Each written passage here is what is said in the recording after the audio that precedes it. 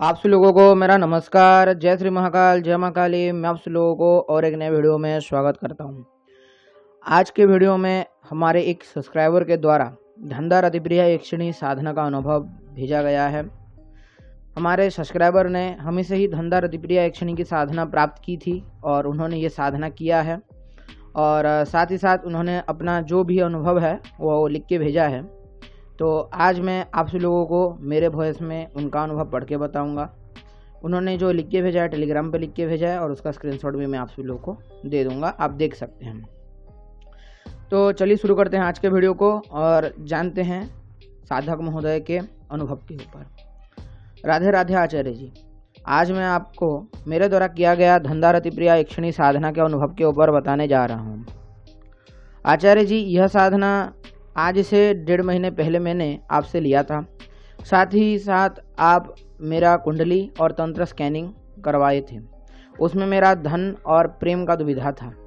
तब आपने मुझको धंधा रतिप्रिया देवी की साधना के बारे में बताया और मैंने आपसे इनका साधना लिया था और आपने इनका यंत्र और माला भी मुझको बना के दिया था। वो सब कुछ मुझको आज से 1 महीने पहले प्राप्त हो गया था। उसके बाद मैंने आपके कहे अनुसार साधना शुरू किया।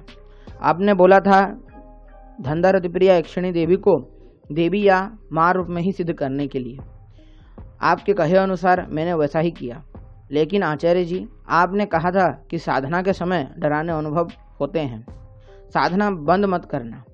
इस चीज़ को लेके साधना के पहले दिन बहुत परेशान था, लेकिन राधा रानी की कृपा से ऐसा कुछ नहीं हुआ। साधना 5 दिन का था। मुझको रोज 51 माला जप करना था। आपके कहे अनुसार मैंने पूर्णिमा के 5 दिन पहले साधना प्रारंभ कर दिया। पूजा पाठ करके जब मैं जाप में बैठा तो आपका बाद मुझको याद आया। साधना में डराने अनुभव हो सकते हैं बोल के, इस चीज़ के वजह से मैं बहुत डर गया और साधना के दरमियान मैं अच्छे से ध्यान नहीं लगा पाया। लगभग मुझको जप और पूजा समापन करने में पहले दिन 2 घंटे लगे। साधना रात को समापन करके मैं सो गया। मुझको पहली रात सपना आता है कि मेरी माँ मुझको अपने हाथों से रोटी खिला रही है। बस इतना के बाद सपना टूट गया। उसके बाद अचानक से एक चमत्कार हुआ। मेरी प्रेमिका ने मुझको व्हाट्सएप से ब्लॉक कर रखा था। उसने मुझको फिर से अनब्लॉक कर दिया और अपने तरफ से मैसेज किया था। साधना के दूसरे दिन मेरा उसके साथ बात भी हुआ था दोपहर को। अब मैं दूसरे दिन का साधना में बैठ गया। साधना के दौरान इस बार डर तो नहीं लगा, किंतु एक अलग प्रकार का घबराहट और बेचैनी मुझको आ रही थी।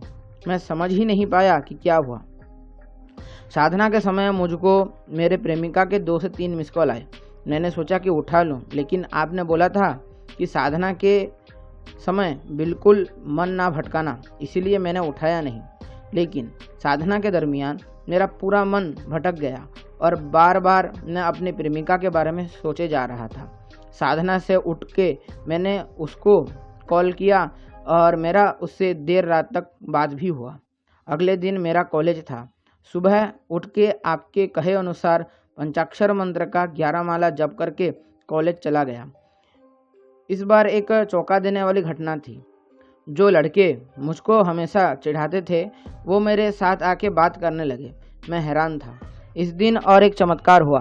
कॉलेज से आते समय मेरा साइकिल से हवा उतर गया और कॉलेज के आसपास कोई पंचर का दुकान नहीं था कि मैं ठीक करवा सकूं। मैं इसीलिए चलते चलते जाने लगा। मेरे ठीक कॉलेज से मेरे घर जाते समय एक सुनसान सा रास्ता आता है जो दिन में भी बिल्कुल खाली रहता है। उधर से जाते वक्त मैंने देखा कि एक सफ़ेद रंग की पॉलीथीन में कुछ पिंक कलर का है। पता नहीं, मेरा मन बड़ा आकर्षित हुआ। मैंने साइकिल को स्टैंड दिया और जाके उस पॉलीथीन को चेक किया। उसमें से मुझको 7,000 रुपये मिले, जिनमें से कुछ 500 के, 100 के और 2,000 के नोट थे। मैं बड़ा खुश हुआ और उसको अपना कॉलेज बैग में भर के घर ले आया और अपनी माँ को दिया। तब माँ ने जोर की डांट लगाई मुझको और बोला कि ऐसे ही कोई भी चीज़ रास्ते से नहीं उठाती। फिर माँ चुप हो गई और बोली कि ठीक है, चलो कोई बात नहीं, इससे तुम्हारा कॉलेज का कुछ फीस भर देंगे और कुछ घर के काम में यूज़ कर देंगे और ठाकुर जी को भी भोग दे देंगे। मैं बड़ा खुश हुआ और उसमें से 100 रुपये लेके धंधा रति प्रिया यक्षिणी के लिए और ठाकुर जी और राधा रानी के लिए कुछ मिठाई का भोग लाया और तीसरे दिन की रात को साधना के समय दिया। बाकी चौथे दिन और 5वें दिन मुझको कुछ अनुभूति नहीं हुआ। बाकी मेरा नॉर्मल लाइफ में लोग जो मुझको पहले भाव नहीं देते थे वो अब मुझको भाव देने लगे। उसके बाद मेरा प्रेम भी मुझको प्राप्त हो चुका था। और एक बात आचार्य जी, मैं रोज देवी के मंत्र का 5 माला जप करता हूँ। लगभग आज से 3 दिन पहले मुझको हमारे इधर के कॉल सेंटर में भी काम मिला है। तो अगर मैं आपको बोलूं तो मेरा ये साधना बहुत अच्छा गया। बाकी आचार्य जी आगे के साधना के लिए कृपया मार्गदर्शन कीजिए ताकि मैं इस साधना को सिद्ध कर पाऊँ और देवी माँ का दर्शन भी हो। राधे राधे आचार्य जी। तो जैसे सभी साधकों ने सुना कि इनका धंधा रति प्रिया यक्षिणी देवी का साधना बहुत अच्छा गया। तंत्र शास्त्र के कहे अनुसार घोर दरिद्रता का जब अवस्था हो या फिर जहाँ पे जीवन में प्रेम और धन सुख कम हो, उस स्थिति में अगर आपको तुरंत फल चाहिए, उस स्थिति में धंधा रति प्रिया यक्षिणी देवी की साधना होती है। धंधा तंत्र में स्टेट वर्णना है कि धंधा रति प्रिया यक्षिणी देवी जो हैं साक्षात भगवती जगदम्बा पार्वती माँ का प्रत्यक्ष विग्रह है। इसीलिए इनको कभी भी पत्नी रूप में या फिर अन्य कोई रूप में सिवाय माँ के रूप को छोड़ के अन्य कोई रूप में जागृत नहीं करना चाहिए। नहीं तो उस स्थिति में यक्षिणी होने के बावजूद भी या फिर यक्षिणी शक्ति होने के बावजूद भी आपको अत्यधिक भयंकर और घोर परीक्षा का सामना करना पड़ सकता है। साथ ही साथ अगर जो साधक केवल इनसे धन और प्रेम की कामना करता है तो वो साधक संकल्प लेकर अगर करता है तो उसके जीवन में धन और प्रेम प्राप्त हो जाता है। लेकिन इसका भी एक अलग प्रकार का नियम है कि उनको उस समय देवी या फिर माँ के रूप में पूजना पड़ता है, जो विधि विधान गोपनीय तरीके से साधकों को हमारे द्वारा दिया जाता है।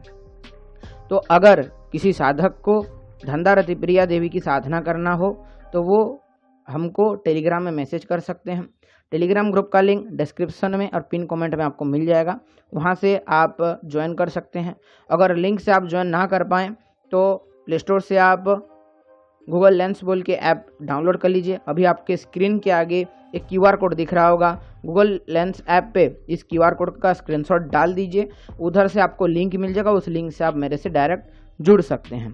तो इस प्रकार से आप मेरे से जुड़ के मुझको पर्सनल मैसेज करके धंधा रति प्रिया यक्षिणी देवी की साधना प्राप्त कर सकते हैं। साथ ही साथ इनके प्रत्यक्षीकरण के ऊपर मैं आप लोगों को बोलता हूँ तो ध्यान दीजिए कि इनका प्रत्यक्षीकरण बहुत रेयर केसेस में होता है। जो साधक महाविद्या साधक हो, अत्यधिक उग्र साधनाएं किया हो या फिर शिव जी की त्वरित साधनाओं को किया हो या फिर जिसको उग्र साधनाएं बोलते हैं, रुद्र साधनाएं किया हो, वो साधक ही इनका प्रत्यक्षीकरण कर पाता है। सामान्य साधकों को इनका प्रत्यक्षीकरण होना एक तरह का से असंभव ही है। जो साधक बोलते हैं कि धंधा रति प्रिया देवी दर्शन दे देंगी, तो मैं बोलूँगा मेरे खुद की जीवन का भी अनुभव है, क्योंकि मैंने भी इनका साधना एक टाइम पे किया था और बाकी साधकों के भी अनुभव है। इनका प्रत्यक्षीकरण इतना आसान नहीं होता। बाकी यक्षिणी या फिर यक्ष शक्तियों के मुकाबले इनका प्रत्यक्षीकरण इतना आसान नहीं होता। साधक को अत्यधिक कष्ट और पुरस्चरण करने पड़ते हैं, तब जाके इनका दर्शन होता है। तो ये कुछ मैंने आज आप सभी लोगों को रहस्य बताया अनुभव के साथ। आज जो बातें मैंने आपके साथ की, अगर आप सभी लोगों को अच्छा लगता है तो वीडियो को लाइक करें, शेयर करें, सब्सक्राइब करें। जो लोग नए हैं सब्सक्राइब करके घंटी वाला बेल आइकन ऑल पे सेट करें ताकि मैं जो वीडियो अपलोड करूं उसका नोटिफिकेशन आप सभी लोगों तक पहले पहुंचे। तो यही था कुछ आज का वीडियो। सभी को मेरा नमस्कार। जय श्री महाकाल, जय मां काली। मिलता हूं आप सभी लोगों को और एक किसी नए वीडियो में।